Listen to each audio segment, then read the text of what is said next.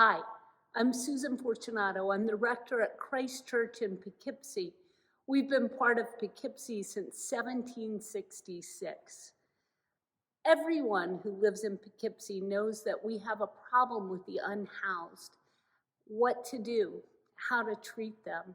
It raises ethical dilemmas for all of us. And so I'd like to introduce you to a friend of mine. His name is Robert, and he's a member of our church who also has been homeless in the city of Poughkeepsie for 2 years, living in the pods. I sat down and spoke with Robert, and I'm proud to share that conversation with you.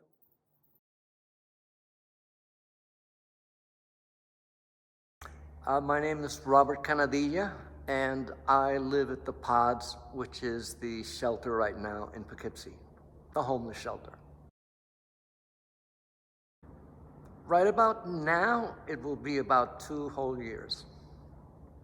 What's it? The homeless shelter is full of a lot of people that are not bad at all. Some have had bad breaks. It's also because of the situation, social or whatever it is, there are people there that have mental illness, that have drug problems, and therefore that's what makes the shelter a little bit more difficult.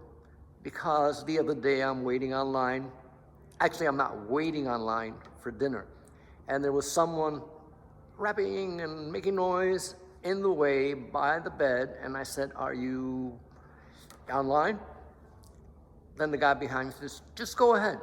And then the big guy, he goes like, "No, I'm online." And I said, "Well, I asked you, and you didn't even answer. You just were someplace else."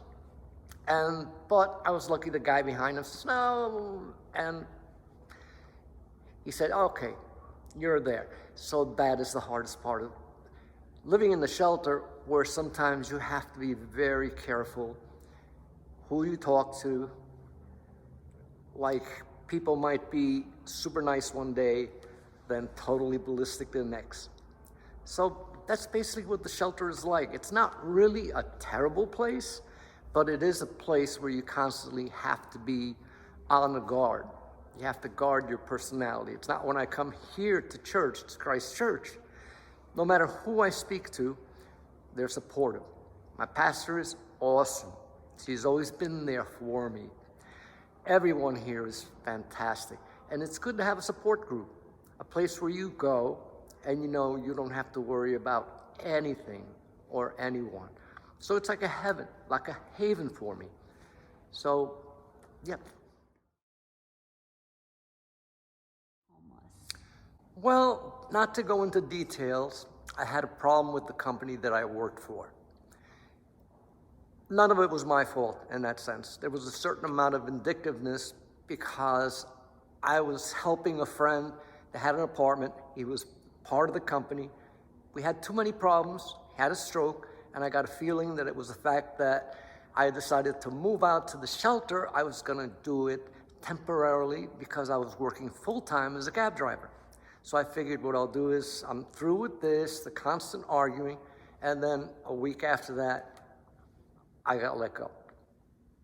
So I went there just as a stop, and then I wound up that I was there, stuck, without a job. So it's been 2 years now. So I found myself a job as a cab driver. And for 13 years, I drove the cab. I did medical transport, which means that the state pays the cab company Medicaid, and when someone has hospital appointments or what have you, I would do that. And I would be all over the county. I made trips down to New York City. I made trips to Albany, Saugerties, to even Saratoga once, but that was a cash call at night. And I worked night shifts. I even got assaulted twice. So,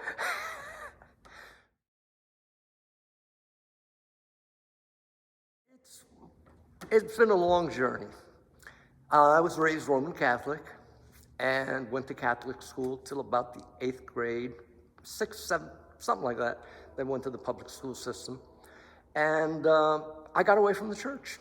I just completely, it was out of the question. Then when I was in food service, there was a restaurant called Diamond Horseshoe, which is across from Freedom Plains Presbyterian Church. And the bells rang. And I said, I gotta check it out. Haven't been in church for a while.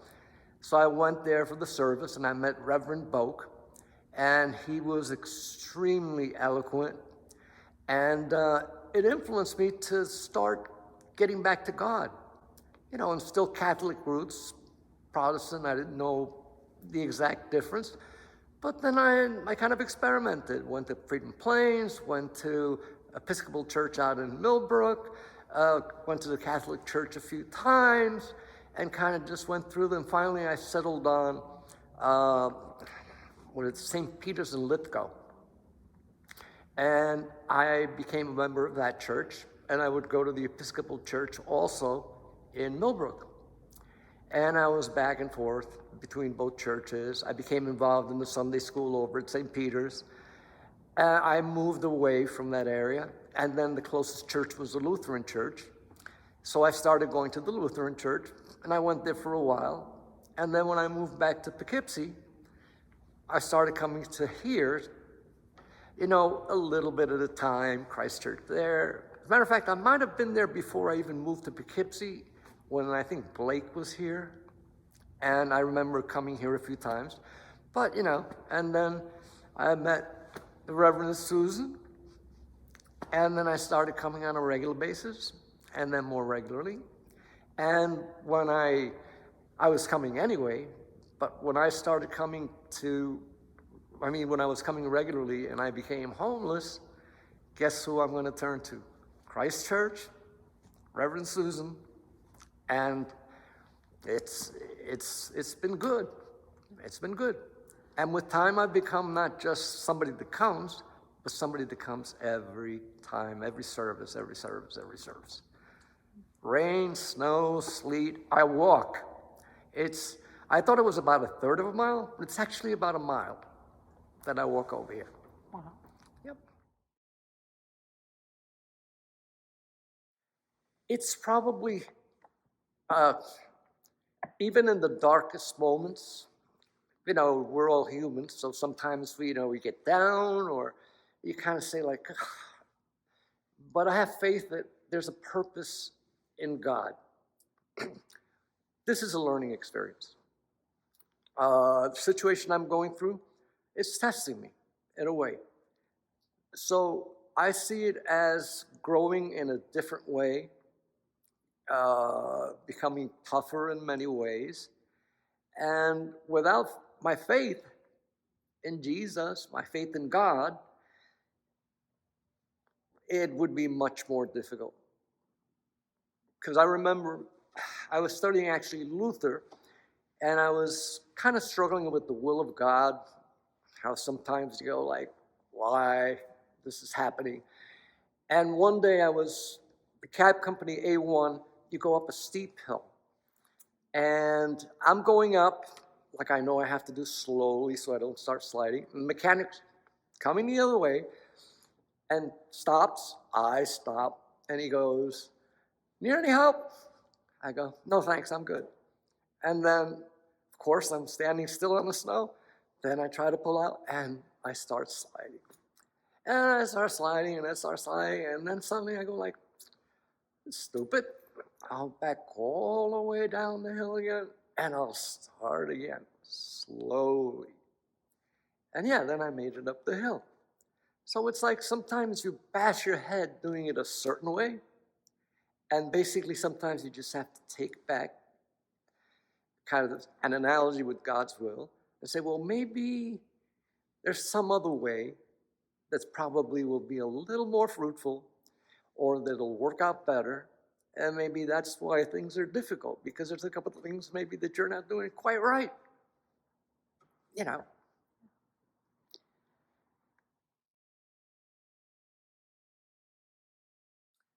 Well, basically, being 70 years old, there's a finiteness to my life that I realize. So I know there are certain things that are just not long term. With me, it's just basically if I can have a place where I can call my own, that I have the privacy of shaving without having. We haven't, like when we use our bathrooms, there are sinks. It's very narrow. You have 50 people trying to use the bathrooms, trying to wash their faces, brush their teeth, and the showers, there's no privacy. Basically, they're just curtains. And of course, some people just don't care. And they pee all over the place and they make a mess and they won't flush the toilets. And so, just the place where I can kind of there, maybe I can get a full-time job, fine. I can work full-time. I have no problem with that. Part-time, fine. If I'm able to solve my problems with Homeland Security, because I am a citizen, and get my paperwork done, yeah, I will try to get my Social Security. And then I don't know what the deal is with how many hours you can work with the Social Security, but then when the time comes, I'll find out. So it's basically just have my space. And It would be my certificate of citizenship. That's it. It's a passport. I don't have a passport because I came from Cuba in 1961, right after the revolution. And I never left the country since then. And I've lived in New York since 1961. So, as I said, just a citizenship certificate. And when I get that, I take that to Social Security. That's what they'll find. They'll give me the Social Security. If I've got my Social Security and I got my citizenship certificate, I go to Social Services, not a problem. That's the bottom line. And it's gotten worse and worse after 9/11. So that makes everything more difficult. Because years before 9/11, I lost my Social Security card. I just went to Social Security, told them I can't find my card. Oh, all right. I mean, they sent it in the mail, but my documents, I really don't know what happens to them because we had a safe that the family used for their paperwork. They have a safe, and I actually lived in the house itself. But when I moved away from the place, I left all my paperwork in that safe. He went through a divorce. When I needed to get the paperwork, I asked them for it. I asked his wife, and they said, it's not here. And the safe is not here. And she doesn't know what happened to the safe. And he died, and actually, we believe he committed suicide. So, nobody knows. That's where my paperwork was. which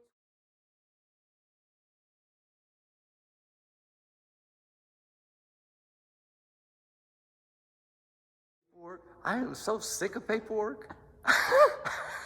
I don't want to see another paperwork. As a matter of fact, I applied trying to get out of the cab business. I was trying to get tired of it and a steady salary. That's the problem with cab driving. I applied to Rite Aid. I had the interview. I took this online test that did all kinds of, so what? What if this? I got drug tested. You're hired, and we need a copy of your Social Security. We are not hired.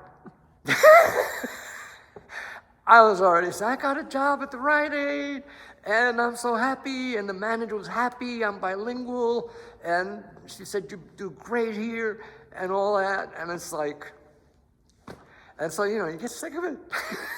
That's all. You said it's a bang, bang.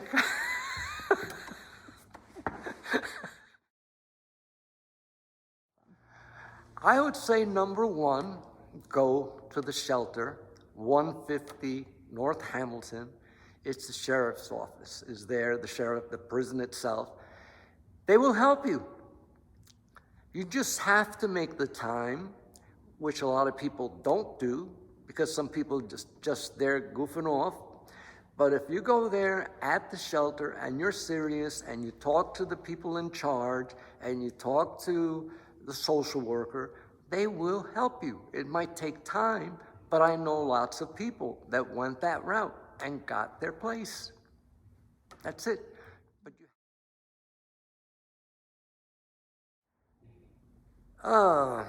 first of all, that I love Christ Church, number one. And number two is